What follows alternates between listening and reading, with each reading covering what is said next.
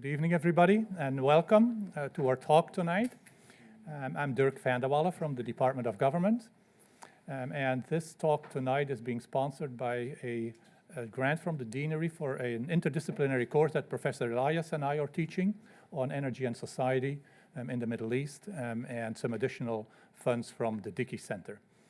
Let me introduce very briefly. You're all familiar, quite familiar, I'm sure, with the Khashoggi affair. And so I'm very delighted tonight we have what is considered, certainly in the academic world, the number one expert on the region, on the Persian Gulf, on the Arab Gulf, and on Saudi Arabia. Dr. Greg Gause graduated from Harvard, had his first teaching assignment at Columbia University in New York, spent a year working at the Council on Foreign Relations, then came to the University of Vermont, where he stayed for 19 years and eventually moved to A&M, Texas A&M, where he still currently is the director of and chair and professor of international affairs at the Bush School of Government and Public Service. Without much further ado, it's a very interesting talk. Let me give the word to Greg. Thank you. Thanks, Dirk. Thank you. It's marvelous to be back in Hanover. Down at Texas A&M, we start all of our talks with a resounding howdy. So are there any Aggies out there? Because you're supposed to say howdy back. No Aggies out there. Okay. But so I've become acclimated to Texas. I'm going to give you a good howdy to start. Howdy. Howdy. Thank you. Thank you very much. Usually urban sophisticates in Austin and Dallas and places like that won't answer back, but it's good that the rural spirit of New Hampshire remains, and so I can get a howdy back. I teach at the Bush School of Government and Public Service at Texas A&M University. I always tell audiences that the patron of the school is George H.W. Bush, the 41st President of the United States, not George W. Bush, the 43rd President of the United States. So in case you had any animus toward the younger Bush, it's the elder Bush who is our patron and namesake. The establishment of the school occurred with the establishment of President Bush's presidential library on the campus of Texas A&M University. And of course, the death of President Bush back in December was a major turning point for the school. He had always been a presence, a physical presence even in these last few years when he was ill. The president would spend at least a couple of weeks on campus, and we would see him, and he would come into the school every once in a while, and he was a real presence. So the Bush School is his living legacy. It's a pleasure to be back in Hanover. It's a pleasure to be back at Dartmouth among such distinguished colleagues as Professor Eichelman, Professor Garthwaite, Professor van der Wal, meeting Professor Ellis for the first time. I had a very pleasant day with the students in their class and students at the Dickey Center. So I want to focus today on the murder of Jamal Khashoggi, a dissident Saudi journalist that has become a significant episode in U.S.-Saudi relations, and use that as a jumping off point, as a window to talk about changes in Saudi politics and Saudi policy in the last few years. Right? As Dirk said, I'm sure that you don't need any introduction, but just to set a little factual basis. Jamal Khashoggi, longtime journalist, worked for a number of newspapers in Saudi Arabia and international Arabic newspapers, including Al-Hayat, which is published out of London. He was the editor of the Arab News, which is the English language newspaper in Saudi Arabia. Then became editor of Al-Watan, which was an experiment in trying to push the boundaries of journalism in Saudi Arabia. He was editor there twice. He got fired both times because he pushed the boundaries a little too far. Right? But Jamal was always an insider in the Saudi elite. He was patronized by the family of former King Faisal. The newspaper Al-Watan was owned by Prince Khalid al-Faisal, who's the governor of Mecca. Jamal also served as the press advisor to Prince Turki al Faisal, another one of the sons of King Faisal, when Prince Turki, who had previously served as the head of Saudi Arabia's Foreign Intelligence Bureau, was appointed ambassador to London and then ambassador to Washington. Jamal was with him as an advisor in both of those capacities. He was an early supporter of the social reforms and the economic changes that Prince Mohammed bin Salman, the crown prince, was implementing in Saudi Arabia, but became estranged from the crown prince and from the prince's policies as the prince began to close what had been a relatively small opening for political discussion and discourse in Saudi society. The prince was arresting a number of people, most famously all those rich Saudis that he imprisoned in the Ritz-Carlton back in November of 2017. But even before that, he was rounding up people of various political stripes, Islamists, more liberal, who were critical of the fact that his social reforms and his economic changes were not accompanied with political reform. So Jamal became estranged from the crown prince and decided to move to Washington, where he got an outlet with the Washington Post, publishing his editorials in the Washington Post. The Post published them both in English and translated them into Arabic. And thus he gained something of a bit of notoriety, I think largely because of being based in Washington, right? A city where Prince Mohammed bin Salman had counted on support for his consolidation of power and his changes that he was trying to bring to Saudi Arabia. So I think that alienated Jamal from the decision makers in Saudi Arabia, with the result that we saw. But I don't want to, now I want to kind of draw back for a minute and use the killing of Jamal Khashoggi to try to open up something of a window to understand the changes that have been occurring in Saudi Arabia over the last 4 or 5 years. For those who are sitting in the back, there are seats up front, please. Feel free. I'm going to talk for a long time. You don't want to be standing for the entire time. Okay, there are 3 important things I think that we have to understand about the context in which Mohammed bin Salman comes to power.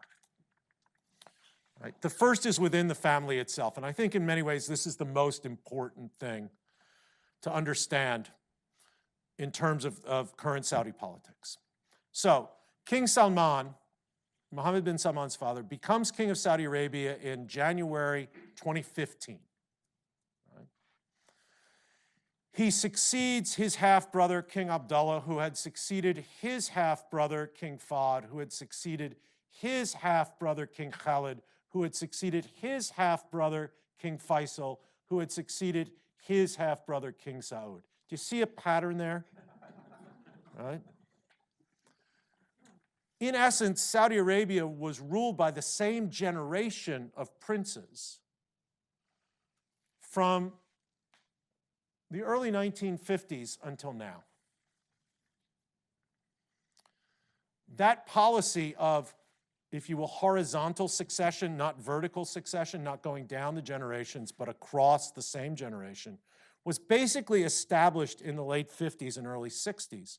When King Faisal, who I had mentioned before, probably the one Saudi king that you would have heard of historically if you kind of follow politics generally, King Faisal emerged from a power struggle with his brother, King Saud. It was Crown Prince Faisal. Emerged from this power struggle with King Saud, who looked like he was trying to pass the kingship down to one of his sons.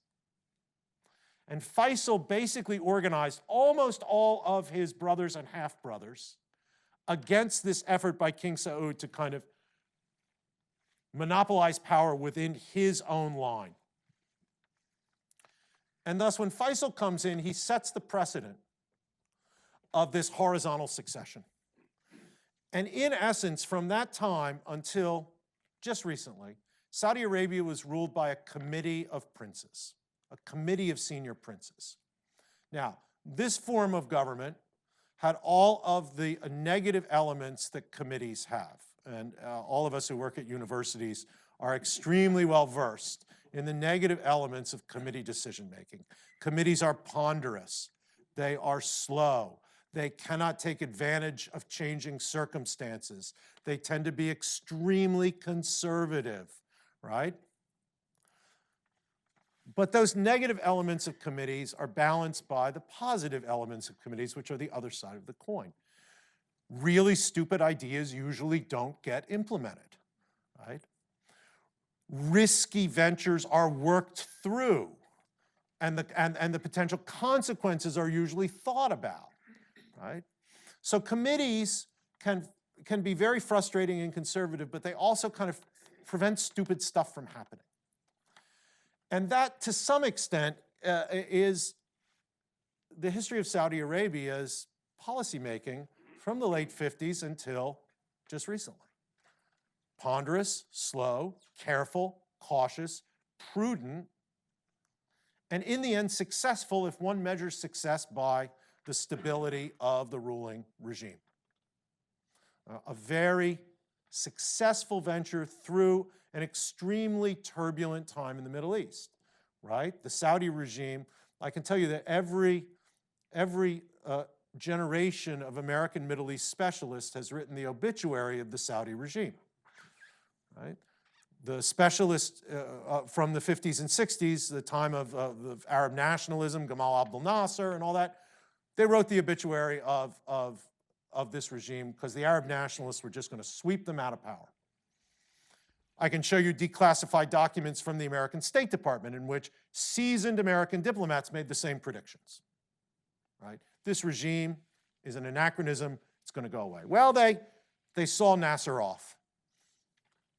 Then the Iranian Revolution happens, and this regime is going to fall to some kind of new Islamic political upheaval. Well, it hasn't, right? And then 9/11 happens, and Al-Qaeda it's not an Iranian revolutionary regime. It's a Sunni jihadist movement that's going to take this regime down. Didn't happen, right? The regime, for all its flaws, and there are many, has been extremely successful at maintaining itself in power. And the most recent evidence of that, of course, was during the Arab Spring, when Saudi Arabia was the major Arab state that was least disrupted by the popular upheavals of 2010, 2011 in the Arab world. So this system of rule worked pretty well for the Al Saud. But the actuarial tables said it was going to come to an end. Right? The actuarial table said it was going to come to an end. Right? King Salman seemed to be the guy who was going to cut that Gordian knot and move succession to the next generation, which it had to go to the next generation because that generation that had ruled forever was dying off. Now, most people who watch Saudi Arabia from the outside, including me, thought that King Salman would in effect recreate this committee system among the sons of the old princes, right, the ones who had died off, the old kings and princes. That their sons would kind of adopt their father's positions and they would become this ruling elite, this committee of senior princes who would decide everything in Saudi Arabia. That was the way I thought it was going to go. Well, it didn't. King Salman, named as his crown prince, there was a brief interregnum where one of his brothers was crown prince and they turfed him out very quickly.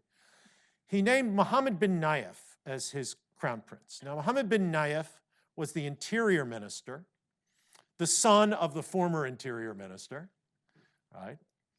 He was a seasoned political actor.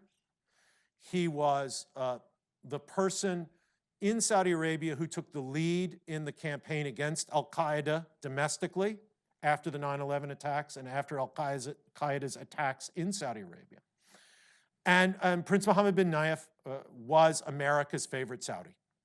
because he was the point person in the intelligence cooperation, in the intelligence sharing systems that had developed between Washington and Riyadh in the post 9/11 period. So everybody thought Mohammed bin Nayef, mid-50s, seasoned, Washington likes him, experienced, he was going to be the next king.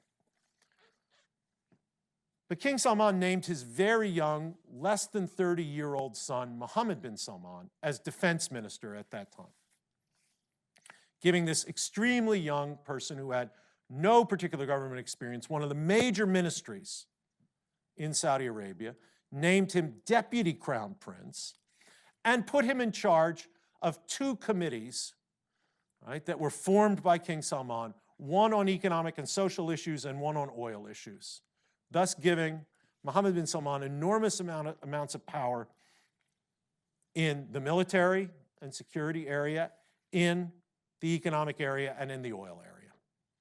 But he wasn't crown prince. This looked like this was a big change, right? The concentration of power in the hands of two members of this new generation of leaders. But that didn't last long either. In the spring of 2017, King Salman removed Mohammed bin Nayef as crown prince and elevated his son, Mohammed bin Salman, then in his early 30s, to the position of crown prince, thus removing from the cabinet basically the only other significant counterweight to the monopolization of power in the hands of one person in the Saudi government. So what we have from 2017 on is, from the spring of 2017 on, is the concentration of power in the hands of a single decision maker in Saudi Arabia in a way that is unprecedented since the founding of the modern kingdom, when King Ibn Saud ran everything out of his, out of his thobe pocket, so to speak. This is a complete change from the old committee system of governance, and is, I think, the biggest single political change we've seen in Saudi Arabia in decades. Now, so that's one thing of the background here. Second thing of the background. When King Salman comes to power in 2015, the world oil market had taken a tumble. Right?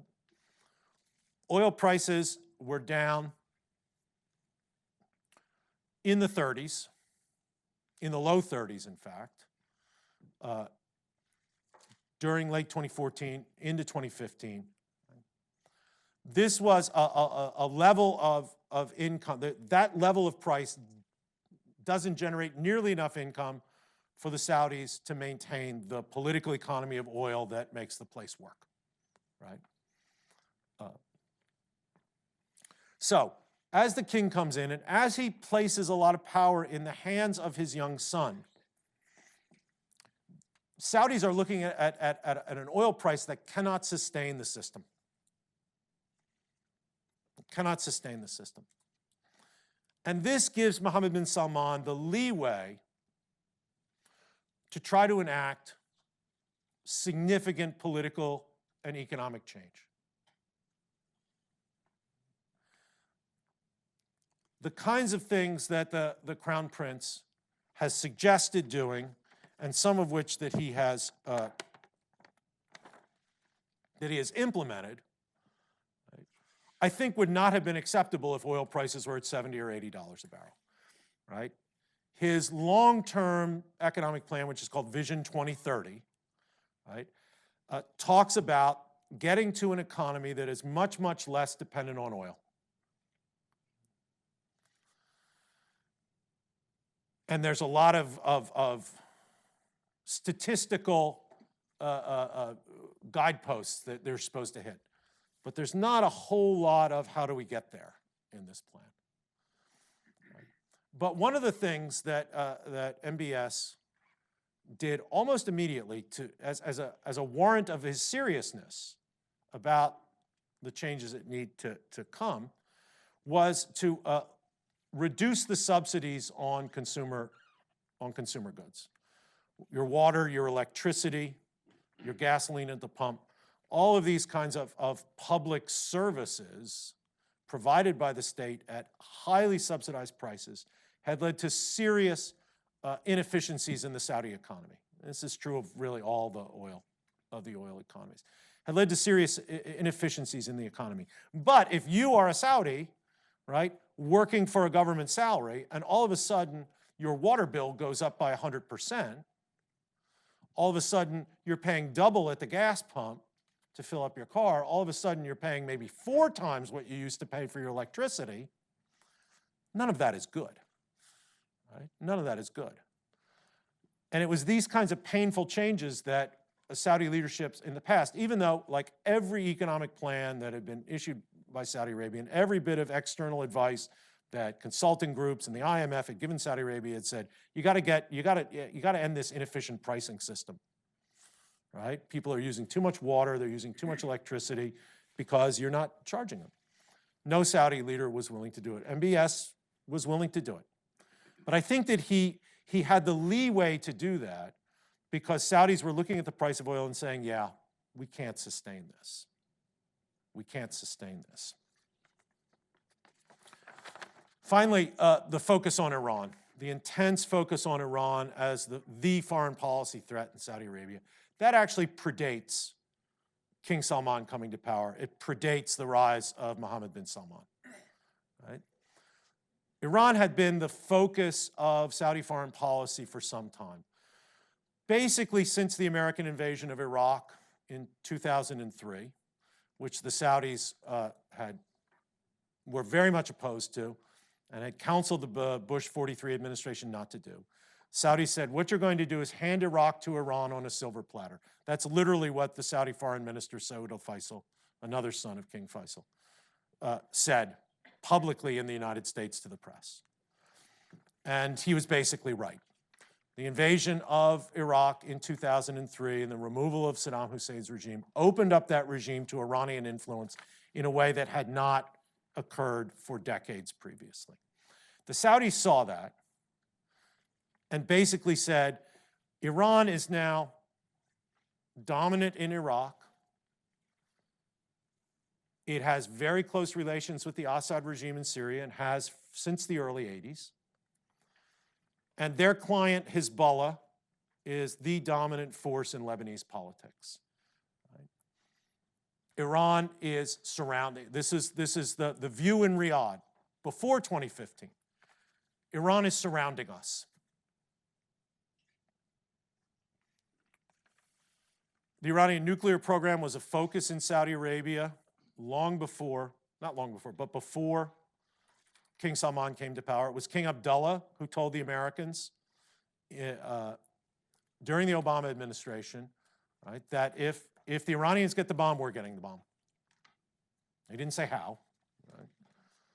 So this focus on Iran predates King Salman and MBS. But when King Salman and MBS come to power, they kind of double down on this focus on Iran.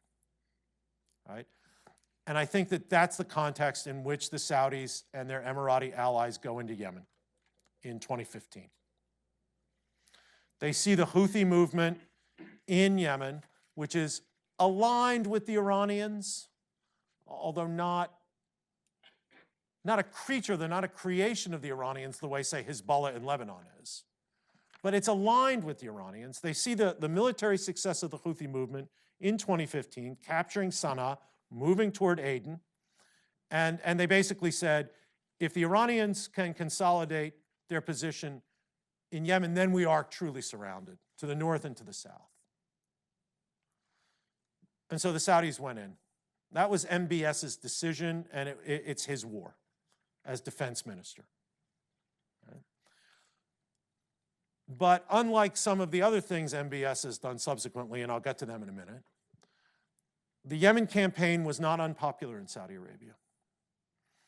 Among Saudi elites, it was seen as necessary. I would say that there is some questioning now about where's the off-ramp, how do we get out of here?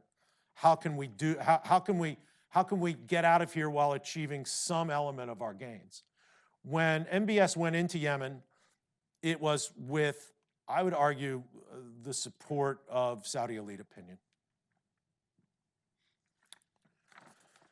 And part of that was this conditioning of, Iran is the enemy and Iran's going to win if the Houthis win in Yemen. So that's the context in which MBS is making policy decisions. He's consolidated power within the family. Facing an economic crisis, or what seemed like an economic crisis with the collapse of oil prices in 2014 and 2015, he had license to introduce very ambitious economic changes into the country.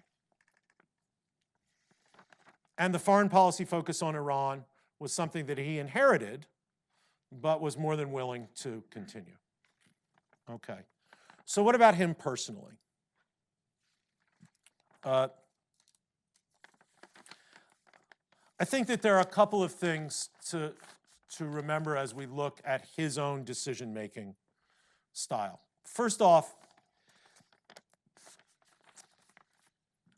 as someone in his late 20s, early 30s, he had not lived through the things that his uncles had lived through, the people who had governed Saudi Arabia for all those decades. I think his uncles had an acute sense of the limits of Saudi power. Right? They were constantly fending off challenges. And they understood that Saudi Arabia, in and of itself, couldn't confront regional adversaries by itself. They needed regional allies and they needed external allies. And thus their foreign policy was cautious. Right? I attributed some of that caution to the committee system, right, by which Saudi decisions were made. But I also think that some of that caution came from a realization by these elites who had governed the country for decades, right, that their power was limited. I don't think MBS appreciates the limits on Saudi power. I think that he came of age at a time when he thought Saudi Arabia was a superpower. Right? And if the Russians can go off and poison dissidents in Britain, and the Chinese, right, can kidnap the head of Interpol because they don't like him, why can't we take care of our dissidents that way? If the Iranians can go after their dissidents in Europe, which they do, which the Iranian regime does, we're as powerful as they are, why can't we do that? I don't think he had the appreciation that his uncles had of the limits of Saudi power. Saudi Arabia is not Russia, it's not China, it's not even Iran.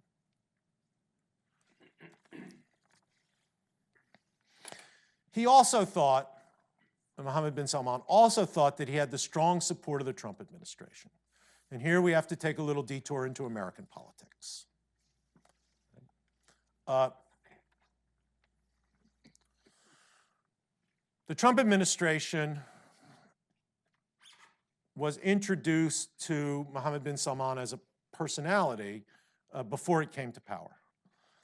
The very well-connected Emirati ambassador in Washington, Ambassador Yusuf El-Otaiba, who had cultivated contacts with Jared Kushner and other members of the Trump campaign team, basically encouraged the Trump administration to patronize Mohammed bin Salman and to seek him out as their guy in Saudi Arabia.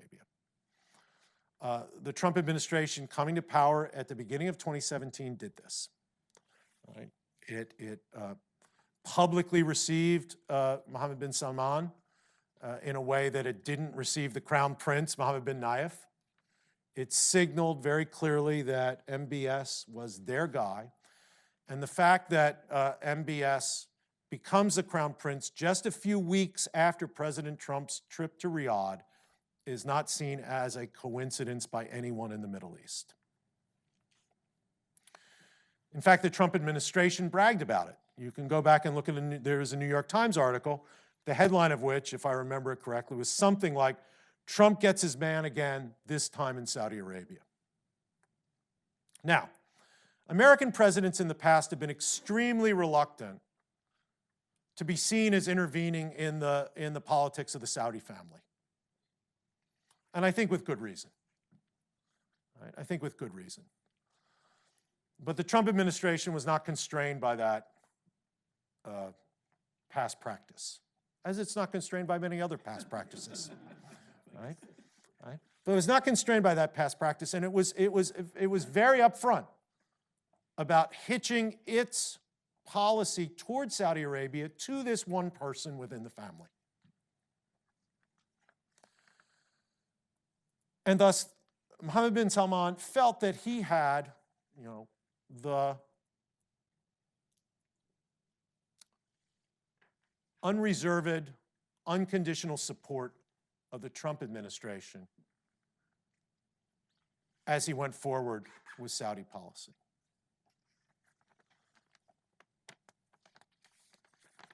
As I'd mentioned before, he had consolidated his power within the family. Right? He had consolidated his power within the family. And so he was he was unchecked, except by his father.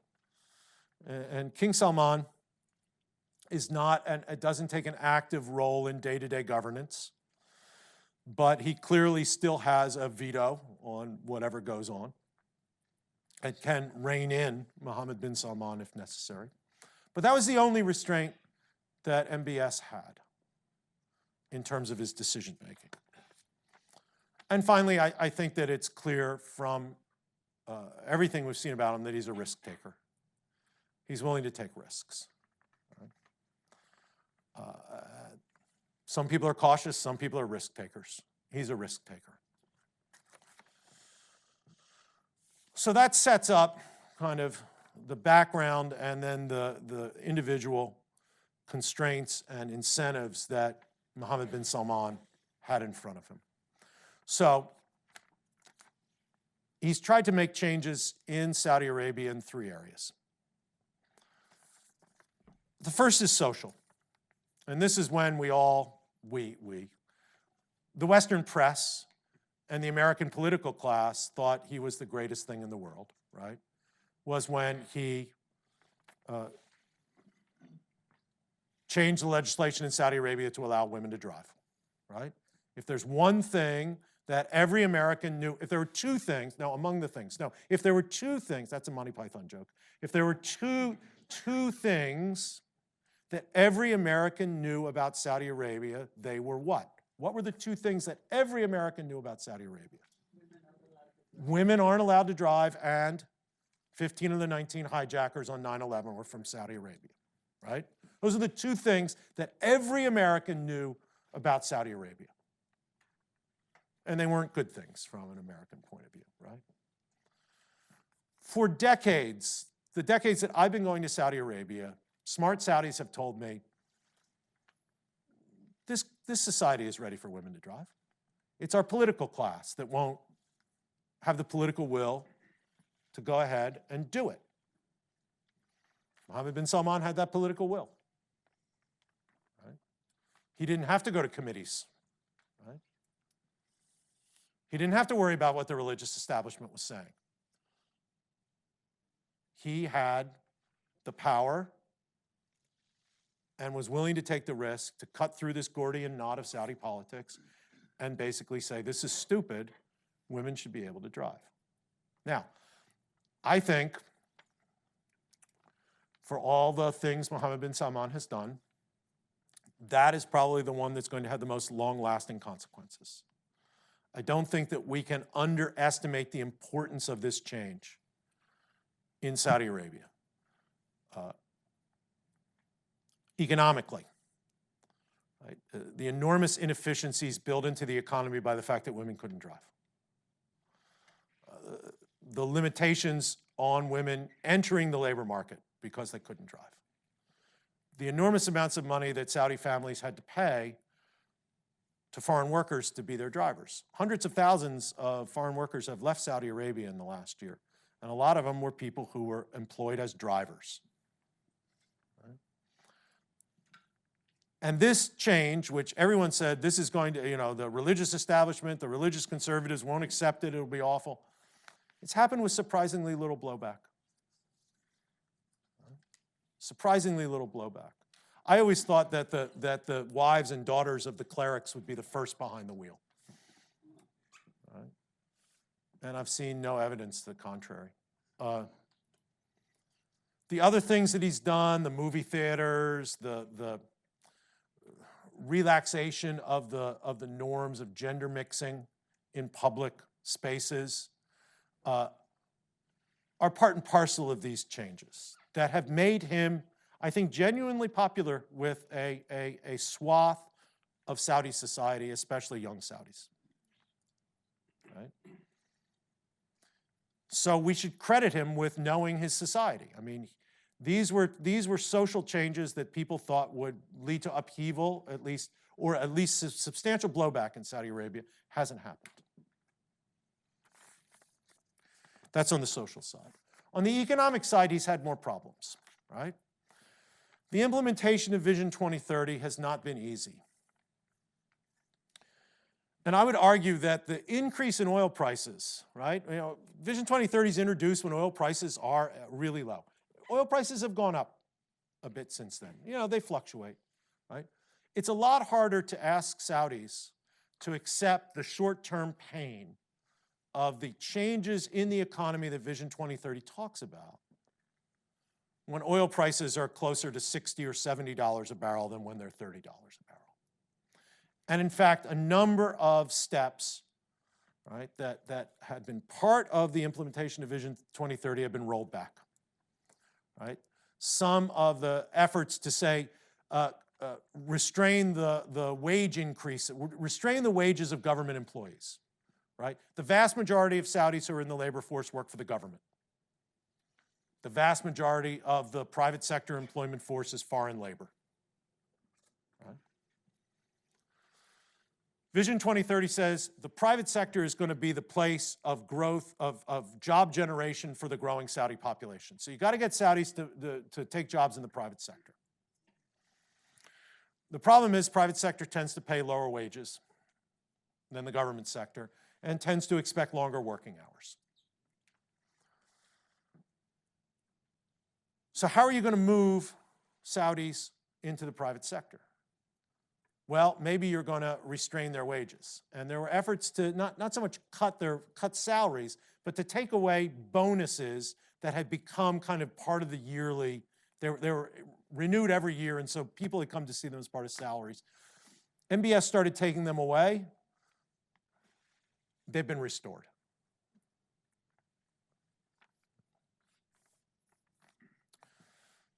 How else are you going to move Saudis into the labor force? Well, you got to make the private sector pay them better, right? You have to make private sector wages go up. How do you do that? Well, you got to drive up the wages of foreign labor.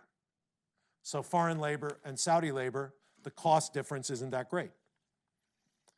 How do you do that? You tax, right? You put taxes on the private sector. You tax foreign labor, right? You increase the cost of visas, right?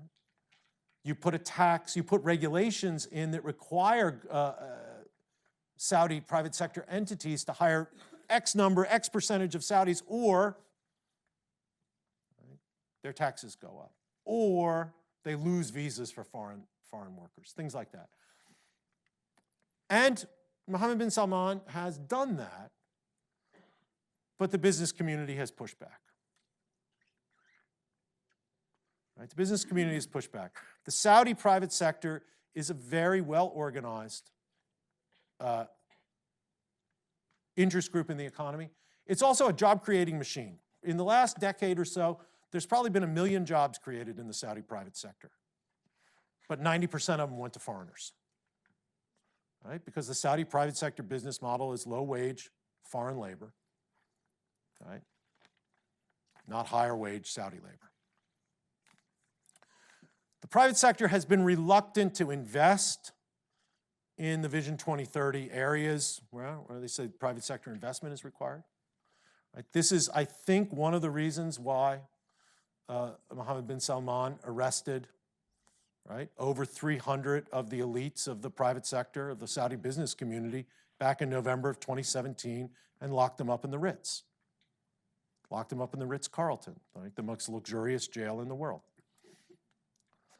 Because they were not playing the role that he thought they should play in this economic transformation. So he locks these guys up. Now, some of the coverage of the Ritz-Carlton roundup in the West was, oh, he's consolidating his power politically. I think that's completely wrong. He had already consolidated his power politically. There were very few princes who were put into the Ritz. There were some, but very few. Overwhelmingly, it was business elites who were in the Ritz. And what he did with them when they were there is shake them down for money. Call it primitive taxation. Right? Shake them down for money. This was a very risky thing, right? Because you can only do it once. You can only do that once.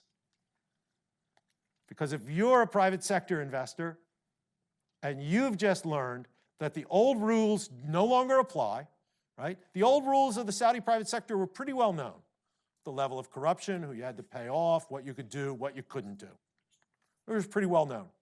Mohammed bin Salman has erased those rules, and nobody knows the rules that have come in after.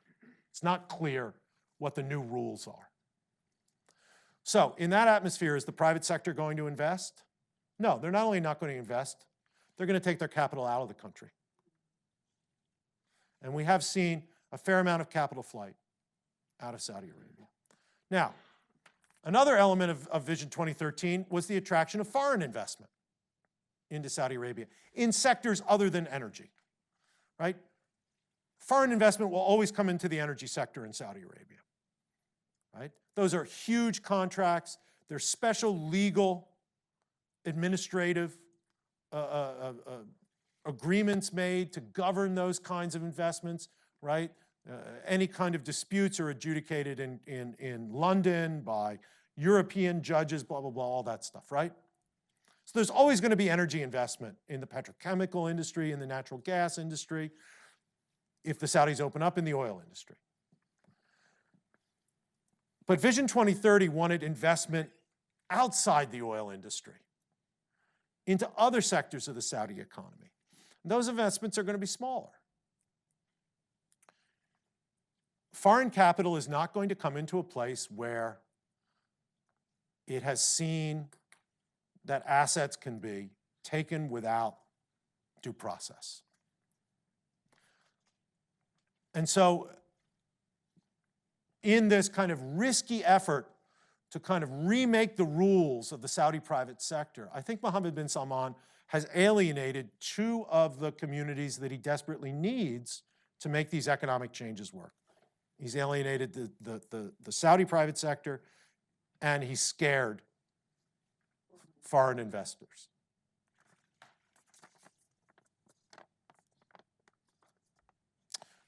That's on the economic side. Okay, foreign policy.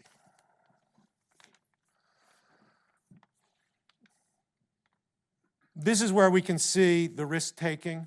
This is where we can see the lack of restraint.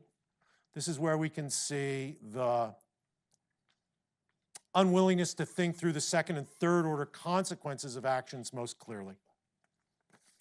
And we can see it in a couple of places.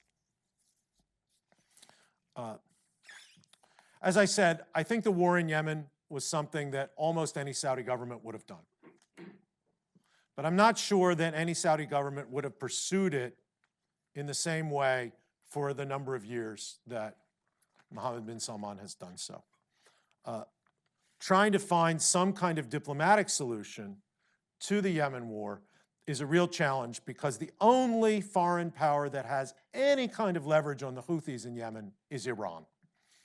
And so if your whole foreign policy is geared toward trying to roll back Iranian influence in the Arab world, having to acknowledge that Iran, having to go to the Iranians to get some kind of leverage on the Houthis is something the Saudis don't want to do. But let's look at things that are not as consequential as the war in Yemen, but I think kind of give a sense of the atmosphere of foreign policy making under Mohammed bin Salman. In late November of 2017, at the same time that the Crown Prince is rounding up the Saudi elites and putting them in the Ritz, he invites the Prime Minister of Lebanon to Riyadh. The Prime Minister of Lebanon is a guy named Saad al-Hariri. His father, Rafi al-Hariri, who had also been Prime Minister of Lebanon, became fabulously rich in Saudi Arabia in the construction industry. Saad and his brothers held Saudi citizenship as well as Lebanese citizenship. Saad al-Hariri had been patronized by Saudi Arabia, right? He was their guy in Lebanese politics, okay? MBS calls him down to Riyadh. And in a bizarre series of events, pretty much kidnaps him and forces him to resign his position as Prime Minister of Lebanon, which he does in a very bizarre speech that's broadcast from Riyadh.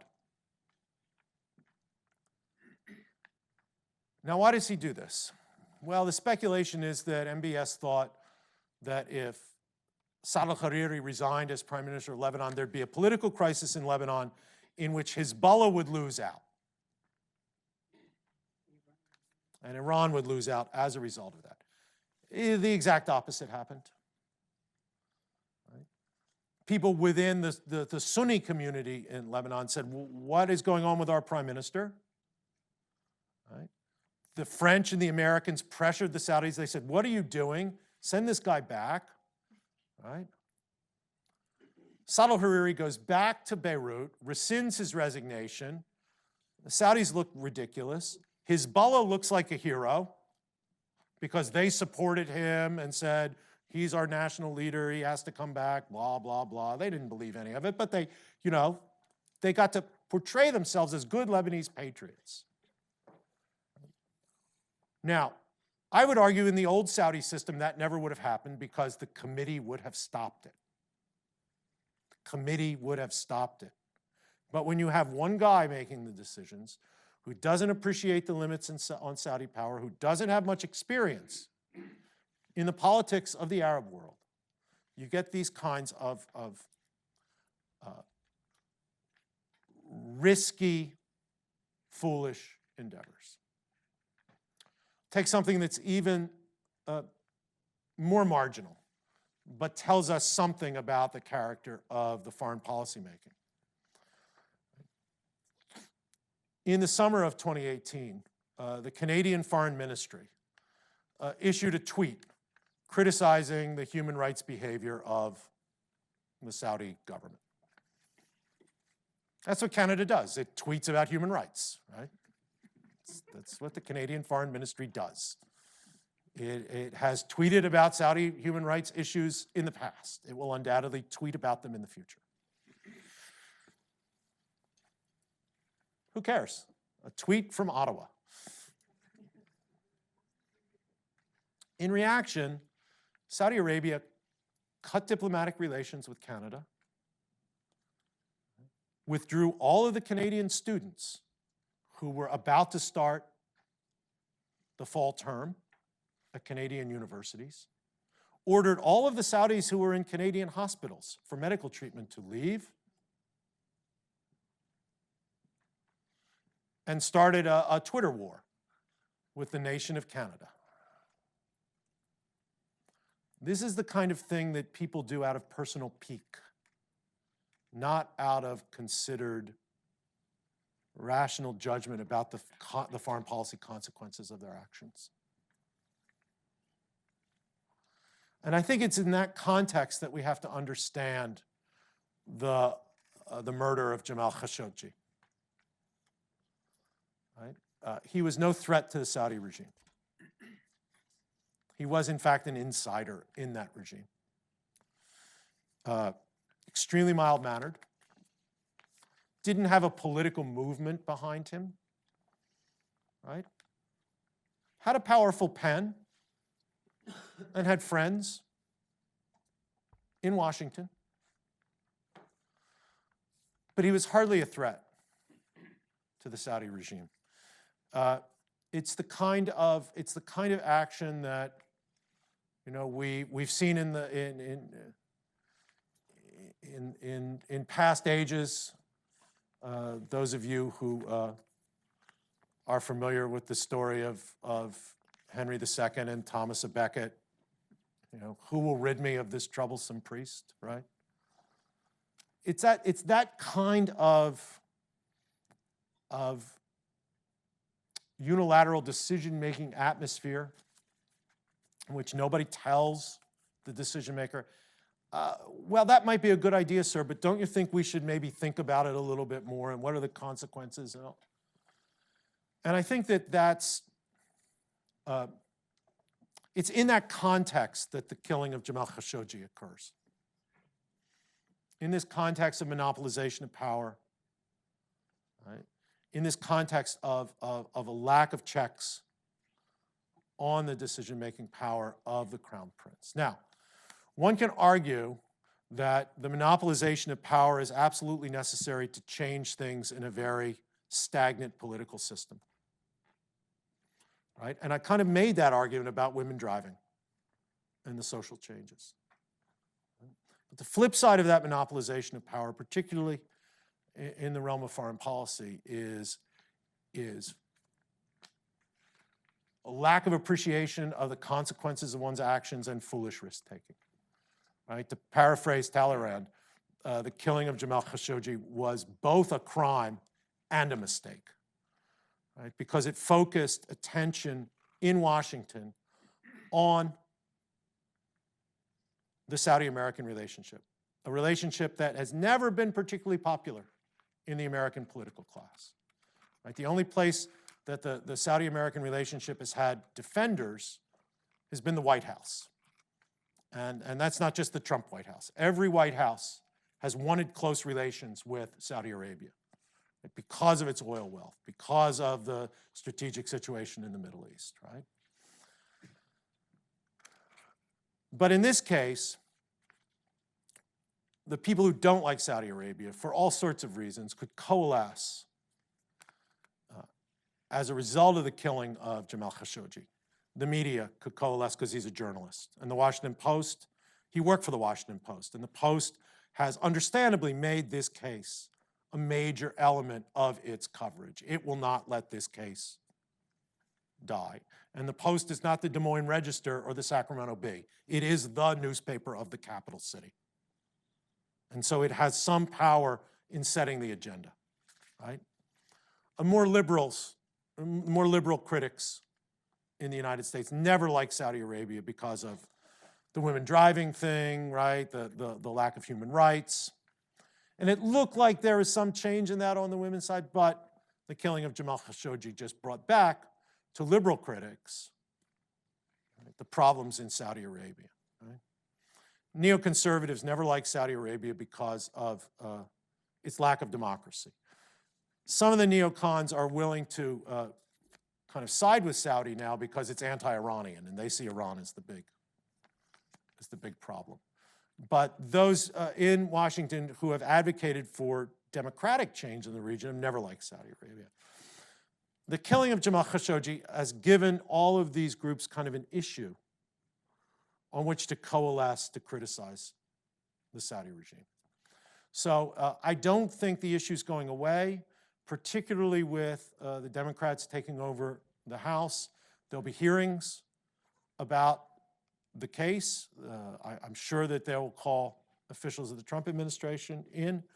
And so while I wouldn't say that the killing of Jamal Khashoggi is going to somehow end the relationship or lead to a split between the United States and Saudi Arabia, I think it's going to be a problem for the Trump administration in trying to carry forward its policies of close cooperation with Saudi Arabia on a number of scores in the Middle East.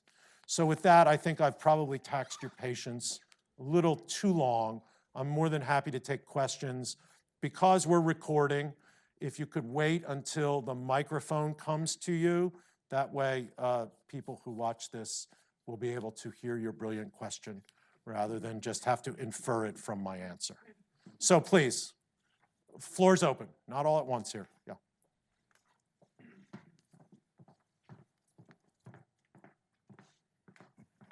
Thank you, Professor Gause. Immediately after Khashoggi's assassination, I was particularly impressed by by Turkey, really almost every day coming up with something new, keeping the fire burning, if you will, and I think, well. Did they have? Did Turkey's actions have any significant international effects? Effects, yeah. Turkey kept this case alive, right? President Erdogan in Turkey could have swept this under the rug, literally and figuratively, and it wouldn't have become a major issue. So it's interesting to ask, why did the Turks not only keep this issue alive, but basically play it as a public, allow leaks to come out over time, and they're still doing it, right? To put the pressure on Mohammed bin Salman and to keep this issue alive as an international issue. The Turks and the Saudis have had almost diametrically opposed reactions to the upheavals in the Arab world since 2010, 2011. Mr. Erdogan, I think, has seen himself as somebody who could be a leader of a reformed Arab world, right? One where bottom-up politics in the Sunni world, bottom-up Islamist politics was the dominant element.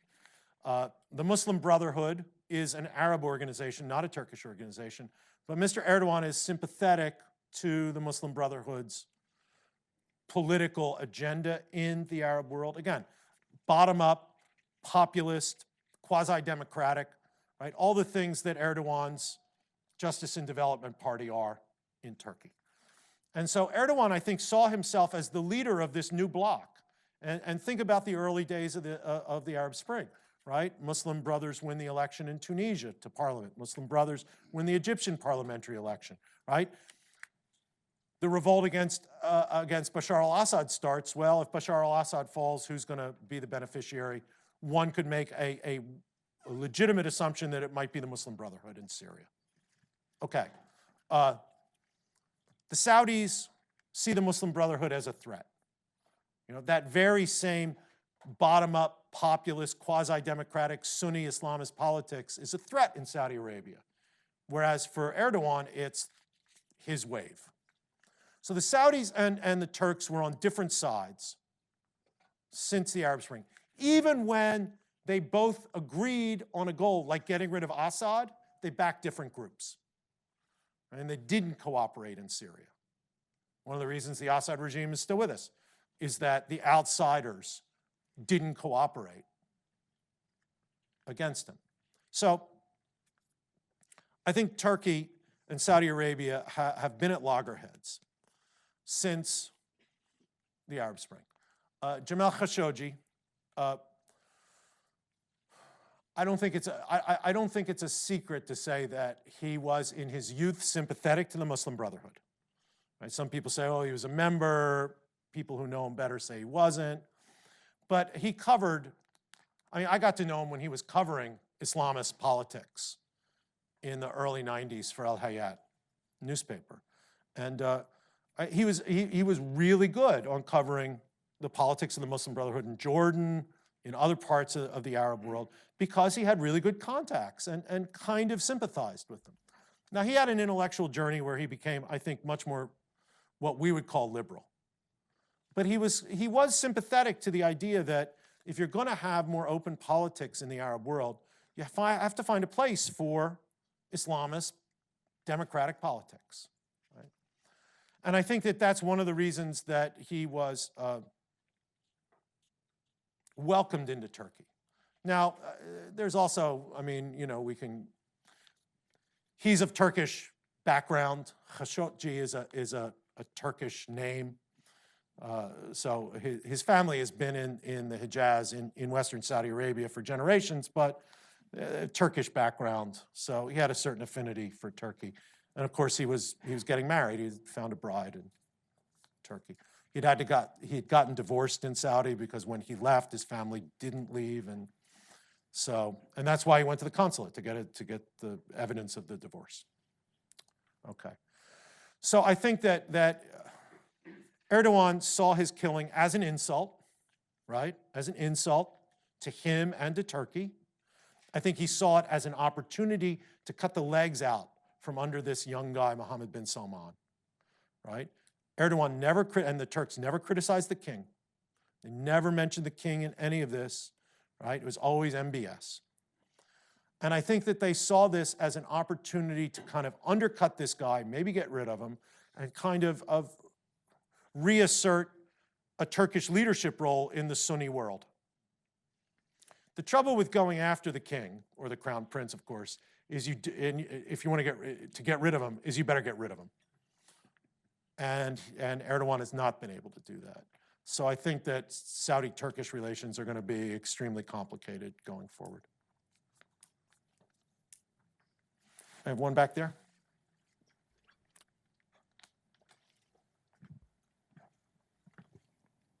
Thank you for your insights into the Middle East. And my question would be, despite the apparent incestuous relationship between the Trump administration, his family, and Saudi Arabia, how different would have been or should be the reaction that would have been coming if the Obama administration was in power at this point in time? Okay, so let's take it even more controversial and say, what if Hillary Clinton had won the presidency? Right. Would the Clinton White House, the second Clinton White House, have reacted to this event any differently than the Trump White House? I think on the rhetorical side, yes. I think on the practical side, no. Right? I mentioned as kind of a throwaway line during the talk that the only friends that the Saudis have in Washington are in the White House.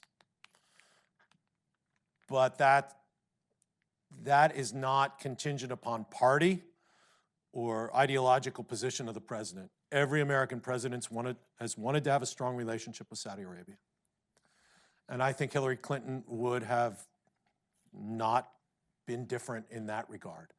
I think she and her administration would have reacted much more strongly on the rhetorical level. But I don't think we would have seen sanctions. I don't think we would have seen, for example, Lindsey Graham. He keeps saying, well, the Crown Prince has to be taken care of. I don't know what that means, right? No one knows. Right, I don't know what that means. But it implies that we're not going to deal with this guy, right? It implies that there has to be some change in the decision makers in Saudi Arabia because we're not going to deal with this guy. Well, that's kind of soft regime change. And regime change hasn't worked very well in American foreign policy in the Middle East in recent years. As I said, this guy has consolidated power in his hands. He's the Minister of Defense. He has made sure that people he has chosen are now the head of the National Guard and the head of the Ministry of the Interior. He has cut out his older cousins from political power. Wresting political power from his hands is not a simple thing. And I'm not sure that the United States has the stomach for what it might take to do that.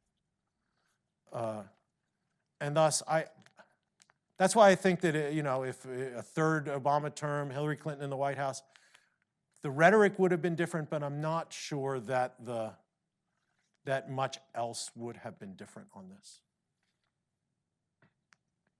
Yeah, right here.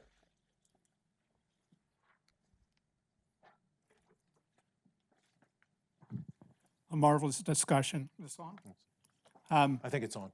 Is it on? Can you hear I think this? they're- Yes, okay. I can certainly hear you, but I think that, yeah, they're giving me the thumbs up. Staying with foreign affairs, but broadening a little bit, what do you see in terms of Saudi policy in regard to exporting Wahhabi version of Islam to countries like Indonesia and others? Yeah. So actually, this is an area where before the killing of Khashoggi, many people in the West thought MBS was going to be helpful because he had basically downgraded that as an element of his policy portfolio, right? And he was very consciously taking on the religious establishment on a number of domestic issues.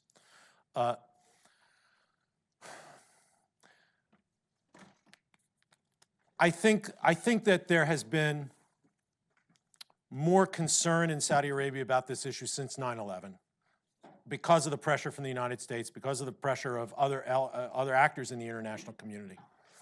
And so I don't think that this is as unrestrained as it was in the 70s and 80s and 90s.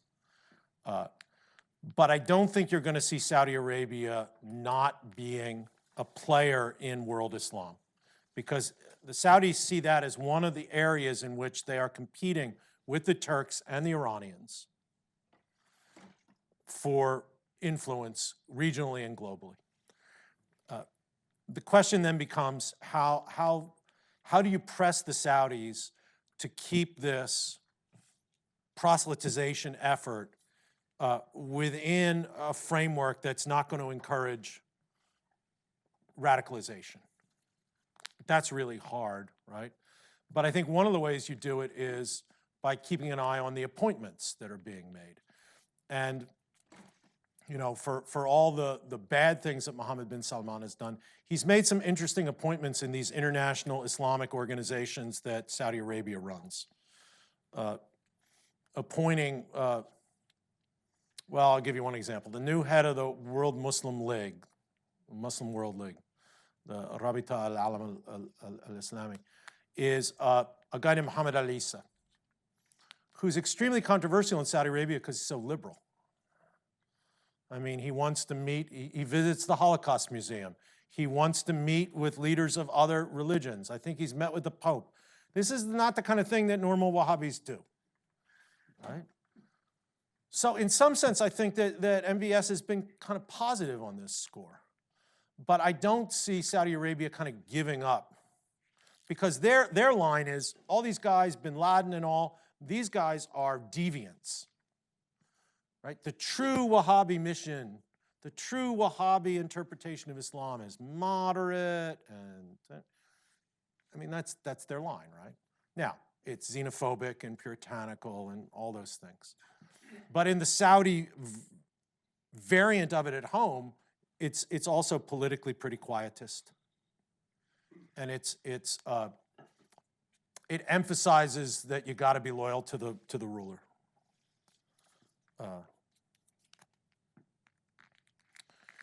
I think that element of Wahhabism, became politicized. Actually, this is a much larger argument. I think it became very politicized in the Afghan jihad against the Soviet Union. And it kind of got married up with other strains of political Islam. And what you got out of this cocktail of the Afghan jihad was Al-Qaeda, which is a mix of kind of Wahhabi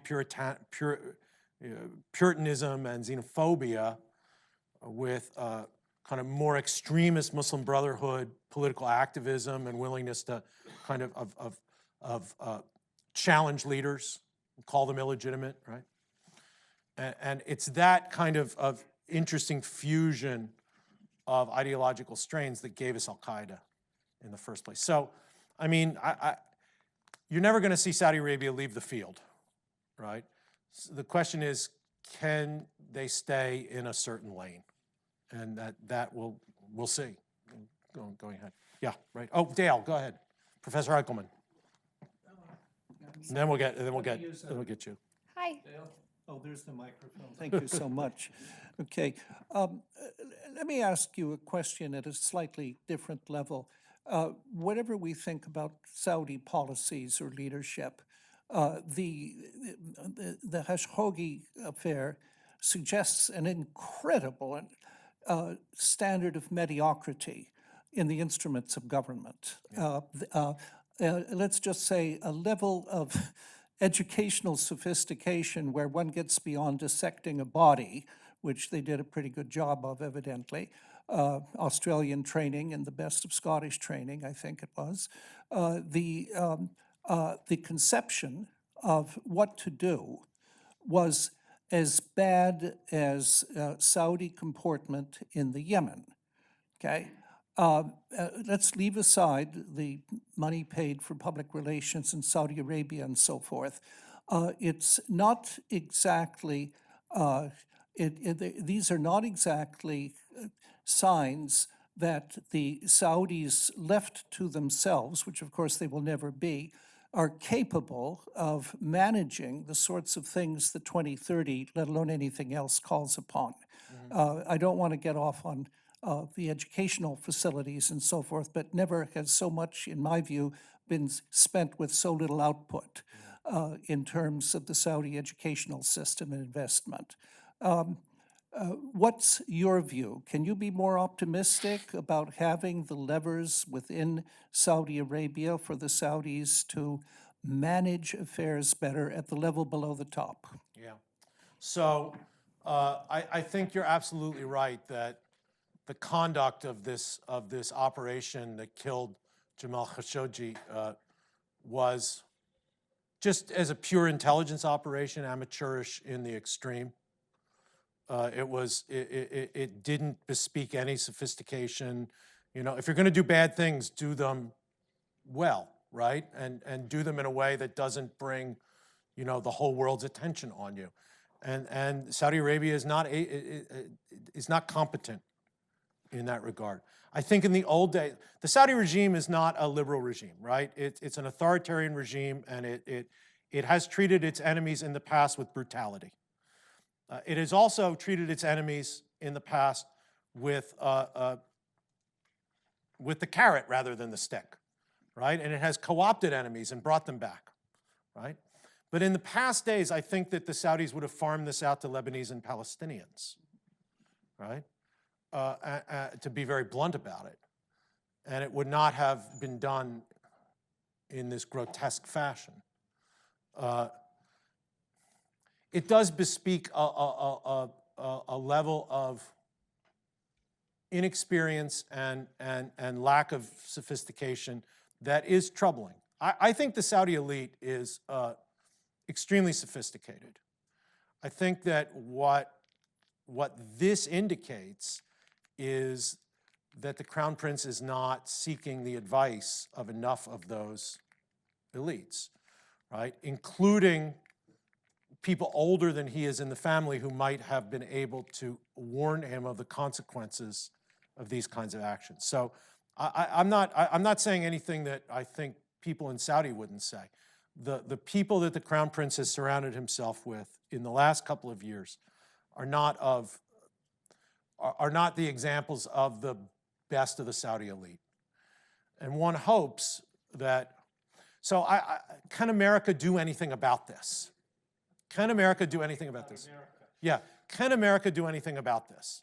Well, we haven't had an ambassador in Riyadh for for almost 2 years now, right? We haven't had an ambassador in Riyadh for almost 2 years now. The US ambassador in Riyadh is actually somebody who has some, at minimum, access to the decision makers in Saudi Arabia. Now, the Trump administration has nominated General John Abizaid, former commander of Central Command, to be the ambassador in Riyadh. I don't think he's been confirmed yet. I think General Abizaid, who has had plenty of experience in the Middle East, has the gravitas of a military commander, speaks Arabic. I think that he might be able, you know, using that access that the American ambassador has to the Saudi decision-making circles, perhaps can be someone who can offer advice that might get listened to, but who knows? But I don't dispute the point at all that the killing of Jamal Khashoggi, as I said, was both a crime and an error, and the error was in part how badly it was done, and it bespeaks the need for the people who make decisions in Saudi Arabia to not listen to people who shouldn't be listened to. Just one follow-up. Yeah, now I have the mic. Yeah. The Yemeni situation Right. is one that goes back for years. Yes. And that I find even more troubling, not necessarily just that they're losing, but they don't seem to be able to figure out what's going wrong. Right. So the Saudi situation in Yemen is, as Professor Eichelman said, I think it has a very long history. Within Saudi Arabia, the Yemen portfolio was held by Prince Sultan, who was the long-serving defense minister. He was the guy who talked to the tribal leaders. He was the guy who talked to the political people. The Saudis had Yemen wired. Now, that didn't mean they always got what they wanted, but they knew who to talk to, they knew who to pay, and they knew all the actors. When Prince Sultan died in, I forget when now, the early 2010s in there, the Yemen portfolio didn't seem to find a home. The Saudis had always intervened in Yemeni politics, always, but they had done it politically and financially. They hadn't done it militarily, right? Not since 1934 when they fought a war against Yemen. That level of sophistication in how one deals with Yemeni politics was lost in the generational shift. And I think that a lot of the things that have gone wrong in Saudi Arabia's approach to Yemen might be traced to that loss of this kind of very sophisticated knowledge of how Yemeni politics works. Now, I don't think the old ways could have stopped the Houthis, right? The Houthis couldn't be dealt with by the old ways, right? But I think that the inability of the Saudis to find good allies in Yemen and the inability of the Saudis to find kind of the exit ramp in Yemen is at least partially the result of this loss of a really fine-grained knowledge of how Yemeni politics works. There's a question here. And then we'll have one back there, and then we'll go home for dinner, okay? So earlier we talked about Saudi-Turkish relations, and I was wondering what, if any, impact you think this is going to have on U.S.-Turkish relations, because obviously Trump and Erdogan have had a really rocky relationship between the... I don't know. President Trump just said that, his phone call with President Erdogan said, okay, I can leave Syria because Erdogan's going to take care of ISIS. I did see that, but just before that, they've had a lot of disputes over Twitter and in real life, and Hold it, is seems... Twitter not real life? I think for this administration, Twitter is real life. Yeah, fair point. Yeah. But it seems like Erdogan has used this to come out as I don't know, really moral high ground, whereas traditionally America's loved to say that he's a dictator and that with all the journalists in prison and stuff. Yeah. But it seems like now he's kind of turned the tables on Trump, and Trump has not been able to call out MBS on his actions, whereas Erdogan has been highly critical, and a lot of people are praising Erdogan for doing that and criticizing Trump. So how do you think this affects, if at all, the dynamic between U.S.-Turkish relations? That's a very good question. So it is highly ironic that President Erdogan, who has jailed more journalists in recent years than any other leader in the world, is now portraying himself as the friend of journalism. But yeah, that's politics. I think the core of the problem, I don't think Trump has any problem with Erdogan. And I frankly don't think Erdogan has any problem with Trump. I think that they can do business. I think that the real problem for Erdogan is that he profoundly mistrusts the United States. And he profoundly mistrusts the United States because of his very firm belief, backed with very little evidence, that the United States was involved in the 2016 military coup against him, right? And this all comes back to Fethullah Gulen, right? The Fethullah Gulen is a Turkish, how would we describe him, Dale? He's not a politician. He was the leader of kind of an educational, revivalist, soft Islamist movement in Turkey. A spiritual movement. A spiritual movement, yeah. Looked by people reforming themselves. Right, exactly.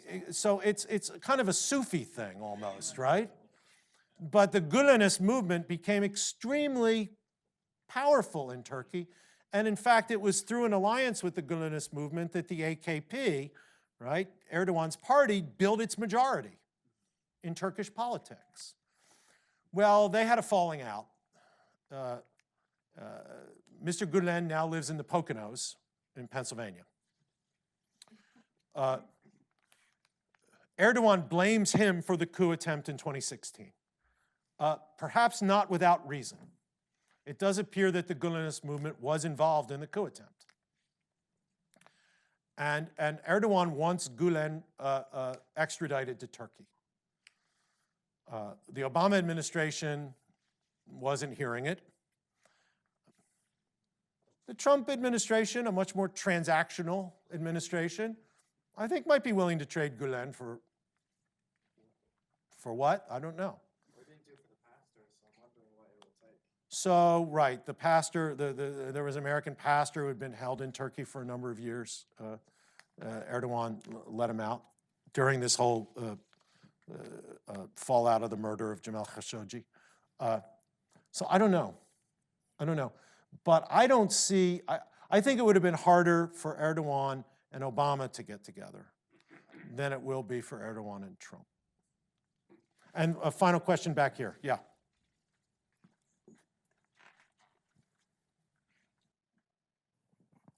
Hi, sir. Thank you so much for your talk. I was just curious in terms of the sustainability of MBS's regime. I mean, sure, he didn't consolidate power when he jailed the business bigwigs, but he's clearly making enemies within the royal family, I would assume. Yeah. And given that he's monopolizing power more and more within his family, I was just wondering if you have like an idea of a general timeline of how long he can sustain monopolizing power like this, and if so, within the family, who would be his main enemies that he would have to watch out for? Well, he's got to watch out for all of the older cousins that he sidelined. You know, from Mohammed bin Nayef to any number of other cousins. But they don't seem to be moving. At least there's no public evidence of the formation of a blocking coalition in the family. Now, there's stuff undoubtedly going on within the family that we don't know about. But I see no public signs of the formation of a kind of a blocking coalition against him within the family. Thus, I think his ability to sustain himself is actually fairly good. The next big point of potential transition will be the death of his father, right? When the king dies, the crown prince loses his top cover. He's going to have to move very quickly to try to consolidate some amount of family support for him as king. You know, this kind of traditional, the baya, right? And the baya is kind of an affirmation of your loyalty. And you know, there's no voting in Saudi Arabia, but you know, you go and you give the baya to the new king. You know, your affirmation of loyalty, and it's a big thing, and the family does it and all. Can he get that organized? Will people sit that out? These are the things that I think people who look at Saudi politics are going to look at. But I think the sustainability of the regime is actually, we always tend to underestimate the sustainability of the Saudi regime, right? And it seems to me that you need three things to create a real crisis in Saudi Arabia politically. You need a fiscal crisis, so oil prices have to fall. Right? The Saudis still have $500 billion in the bank, not dollars, not reals, in the bank, so they have a cushion, right? So you need a fiscal crisis, you need a foreign crisis, and there's plenty of that in the region now, and you need a family crisis. And I don't see the fiscal crisis right now, and I don't see the family crisis right now, just the foreign crisis. Thank you, Greg. Thank my you all pleasure. very much for coming. Thank you all for coming. Good fun. Thank you all. Thank you.